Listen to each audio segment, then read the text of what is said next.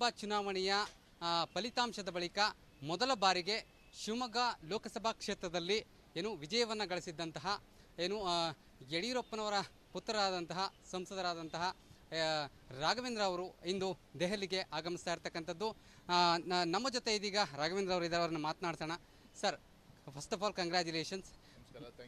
ಮೊದಲ ಬಾರಿಗೆ ಫಲಿತಾಂಶದ ನಂತರದಲ್ಲಿ ದೆಹಲಿಗೆ ಆಗಮಿಸ್ತಾ ಇದ್ದೀರಿ, ಹೇಗಿದೆ ಸರ್? ಒಂದು ಪಕ್ಷದ ಕಡೆಯಿಂದನೇ ಸೂಚನೆ ಇದೆ, ಇವತ್ತು ಸಂಜೆಯ ಒಳಗೆ ಎಲ್ಲ ನಮ್ಮ BJP NDA ಸಂಸತ್ ಸದಸ್ಯರು ಬರಬೇಕು ಅಂತೇಳಿ.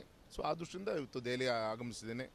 ಅದು ಅತ್ಯಂತ ಸಂತೋಷ ವಿಚಾರ. ಯಾಕೆಂದರೆ ಸ್ವಾತಂತ್ರ್ಯ ನಂತರ 3ನೇ ಬಾರಿಗೆ ಸತತವಾಗಿ ಕಾಂಗ್ರೆಸ್ಸೇತರ ಒಂದು ಪಕ್ಷ ಆಡಳಿತಕ್ಕೆ ಬರ್ತಾ ಇರೋದು ಅದು ನಮ್ಮ NDA, ನಮ್ಮ BJP. ಹಾಗಾಗಿ ಮೋದಿಜಿಯವರು ಮತ್ತೊಮ್ಮೆ 3ನೇ ಬಾರಿಗೆ ದೇಶವನ್ನು ಆಳುವಂಥ ಒಂದು ಜಾಗದಲ್ಲಿ ಇವತ್ತು ಕೂರ್ತಾ ಇರೋದು ಇಡೀ ನಮ್ಮ ದೇಶದ ಒಂದು ಭವಿಷ್ಯದ ದೃಷ್ಟಿಯಿಂದ ಒಂದು ಒಳ್ಳೆಯ ಶುಭ ಸೂಚನೆ. ಅವರ ಅಪೇಕ್ಷೆ ಇದೆ ಭಾರತ ಇಡೀ ಪ್ರಪಂಚಕ್ಕೆ ಮಾರ್ಗದರ್ಶನ ಮಾಡುವಂಥ ಜಾಗದಲ್ಲಿ ಇರಬೇಕು ಅಂತೇಳಿ. ಅವ್ರ ಜೊತೆಗೆ ಹೆಜ್ಜೆ ಇಡುವಂಥ ಒಂದು ಪ್ರಯತ್ನವನ್ನು ನಾವೆಲ್ಲ ಕಾರ್ಯಕರ್ತರು, ಚುನಾಯಿತ ಪ್ರತಿನಿಧಿಗಳು ಮಾಡುವಂಥ ಒಂದು ಶಕ್ತಿ ದೇವರು ನಮಗೆ ಕೊಡಲಿ ಅಂತೇಳಿ ದೇವರಲ್ಲಿ ಕೇಳ್ಕೊತೀನಿ. ಬಹಳ ಮುಖ್ಯವಾಗಿ ಈಗ ನಿನ್ನೆಯಷ್ಟೇ NDA ಮೈತ್ರಿಕೂಟದ ಸಭೆ ಕೂಡ ಆಗಿದೆ, ಸಾಕಷ್ಟು ವಿಚಾರಗಳು ಕೂಡ ಚರ್ಚೆ ಆಗಿದೆ. ಇದ್ರ ಬಗ್ಗೆ ಏನಿದೆ ಸರ್ ಮಾಹಿತಿ? ಸರ್, ಒಂದು ಸಹಜವಾಗಿ ಪ್ರೀಪೋಲ್ ಅಲಿಯನ್ಸ್ ಏನು ನಡೆದಿತ್ತು ನಮ್ಮ NDA ಅಂಗಪಕ್ಷಗಳ ಜೊತೆಗೆ, ಆ್ಯಸ್ ಇಟ್ ಈಸ್ ಇವತ್ತು ಅತ್ಯಂತ ಸಂತೋಷ ವಿಚಾರ. ಯಾವುದೇ ಗೊಂದಲ ಇಲ್ಲದಂಗೆ ನಿನ್ನೆ ಗೌರವಾನ್ವಿತ ರಾಷ್ಟ್ರಪತಿಗಳಿಗೆ ಸಪೋರ್ಟಿಂಗ್ ಲೆಟರ್ನು ಕೂಡ ಕೊಟ್ಟು ಬಂದಾಗಿದೆ.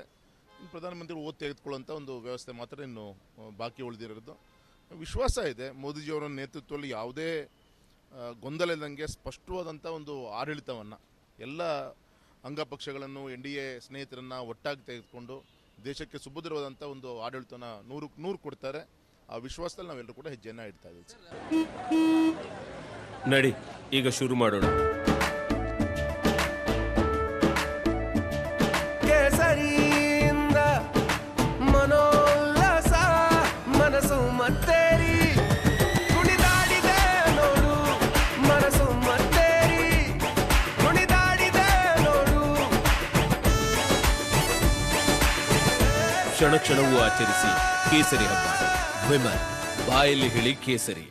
ಬಹಳ ಪ್ರಮುಖವಾಗಿ ಈ ಬಾರಿ ಕ್ಯಾಬಿನೆಟ್ನಲ್ಲಿ ಕರ್ನಾಟಕದ ಎಷ್ಟು ಮಂದಿಗೆ ಈ ಬಾರಿ ಅವಕಾಶ ಸಿಗ್ಬೋದು ಸರ್? ಇಲ್ಲಿ ನಾನು ಈಗ ತಾನೇ ದೆಹಲಿಗೆ ಬರ್ತಾ ಇದ್ದೀನಿ. ದೆಹಲಿ ಬರ್ಲಿಕ್ಕೆ ಕಾರಣ ನಮ್ಮ ಶಿವಮೊಗ್ಗ ಕ್ಷೇತ್ರದ ಮತದಾರ ಬಂಧುಗಳು, ನಮ್ಮ ಶಿವಮೊಗ್ಗ ಕ್ಷೇತ್ರದ ಕಾರ್ಯಕರ್ತರ ಬಂಧುಗಳಿಗೆ ಅವರಿಗೆ ಈ ಒಂದು ನೆಲದಿಂದ ನಾನು ಕೃತಜ್ಞತೆಯನ್ನು ಮತ್ತೊಮ್ಮೆ ನಾನು ಸಲ್ಲಿಸ್ತೀನಿ. ನಾನು ಒಬ್ಬ ಚುನಾಯಿತ ಪ್ರತಿನಿಧಿಯಾಗಿ ಜನರ ಸೇವೆ ಮಾಡಲಿಕ್ಕೆ ಸಿಕ್ಕಂಥ ಒಂದು ಒಳ್ಳೆಯ ಅವಕಾಶ ಇದೊಂದು.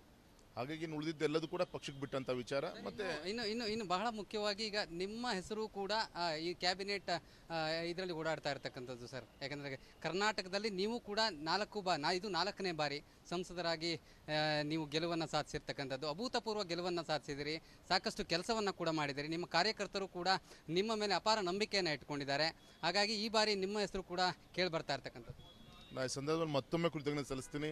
ನಮ್ಮಲ್ಲೇ ಬಂಡಾಯ ಇತ್ತು, ಒಂದು ಪ್ರಬಲ ಕುಟುಂಬದ ಅಭ್ಯರ್ಥಿ ನಮ್ಮ ವಿರೋಧ ಪಕ್ಷದಿಂದ ಸ್ಪರ್ಧೆಯನ್ನು ಮಾಡಿದರು. ಇಂಥ ಸವಾಲಿನ ಮಧ್ಯದಲ್ಲೂ ಕೂಡ ಹೋದ ಬಾರಿಗಿಂತ ಈ ಬಾರಿ ಸುಮಾರು 2,45,000 ಹತ್ತಿರ ಜನ ನನಗೆ ಆಶೀರ್ವಾದನ ಮಾಡಿದ್ದಾರೆ. ಅವರ ಋಣ ತೀರಿಸಲಿಕ್ಕೆ ಸಾಧ್ಯ ಇಲ್ಲ.